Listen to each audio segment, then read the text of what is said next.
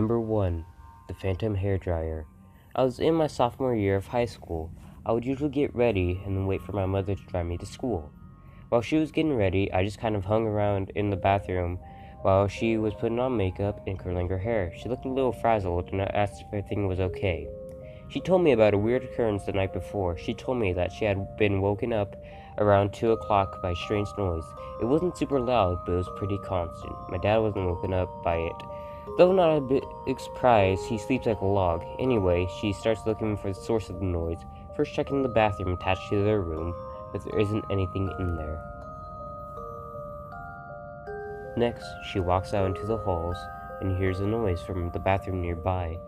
When she walks in, she sees a hairdryer plugged in and turned on, just sitting in the middle of the bath mat on the floor. She thinks it's strange, but there are 4 kids living in the house. She thought maybe one of them had sleptwalked and turned it on. However, she unplugs it and puts it away, goes right back to bed, and eventually falls asleep.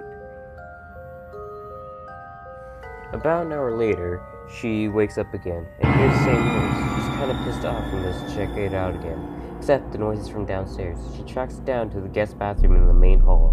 She opens the door, and again, there's a hairdryer turned on. Laying in the middle of the floor, she's freaked out by this point. She unplugs it, puts it away. She didn't get a great night's sleep after that.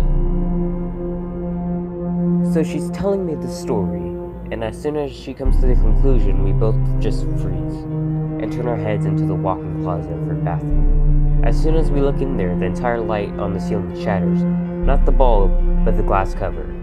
It shatters, sending shards of glass everywhere. We both freak out and get the heck out of there. We didn't know what to make of it, but we haven't really had any experiences before or since, and none of my family have experienced anything either.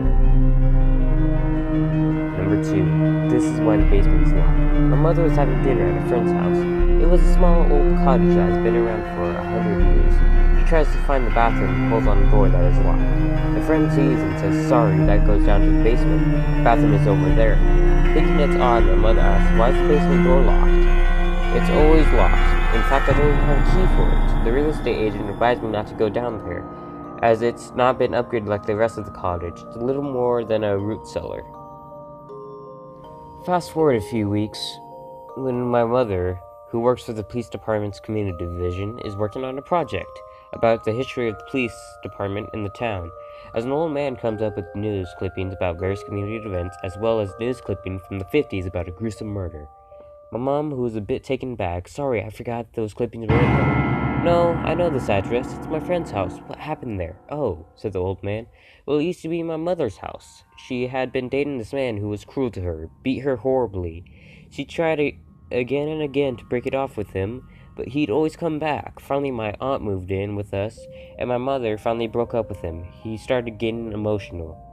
Then one night, he broke in, tied my mother, aunt, sister, and brother up in the basement, shot them all in front of my mother, then killed her, then killed himself, leaving a note that said she would never leave him again.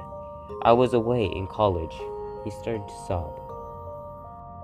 And that is how my mother's friend learned she has a house with a quadruple murder-suicide in her basement.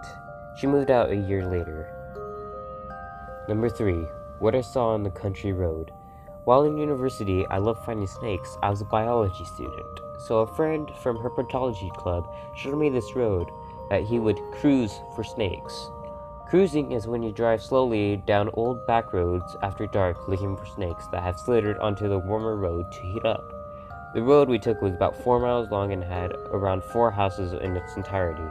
We had taken a few laps on the road, and making our final pass. Then there were 2 houses near the beginning of the road, one at the end and one near the middle. We're getting close to the center house when we see movement on the left side of the road. There are a lot of animals, obviously, on this road, so we weren't surprised to see this. However, what shoots out is this kid, probably around 8 or 9, with torn blue jeans and a ripped dark t-shirt. He takes one look at us, and his face is a mix of fear and pain. He looked back really quickly from where he had come out, then booked it across the road. The guy I'm with gets out of the car, chasing to see if he's alright. I pull the car up to the point where the boy went into the woods. I'm starting to get out of the car when my friend walks quickly back from the trail and just says, "Let's go, now." We hop in the car and tear out of there. He says there is a graveyard about 10 yards into the woods, where there are 5 gravestones with the same death date. They all had one last name, and one boy was 9. He never came back to the rest of the summer to that grave. We usually would go out once or twice a week. The next year, when my friend graduated, I took my girlfriend out to the road. We had gone early to try to find different types of snakes. We got to the house near the graveyard. There's 3 men doing the same work. I rolled down the window, explained what I'm doing there, and asked them about the graveyard. Apparently, their dad's brother's family all died when their space heater caught fire 20 years ago. I kept pushing it, asking about it. They told me the firemen, or whoever does it, had found all the bodies in the rubble except for the youngest son, but they assumed he was too far burned. I asked if they had a little brother, and the 6'4", 250-pound man said he was the youngest. When I gave the description of the kid I saw, and they went all white. They all have individually seen the kid I was talking about, but he always runs to the gravesite. I never been down to that road again. If you have any scary stories, please comment them down below. Have a good day. Nexus Core Gaming, signing off.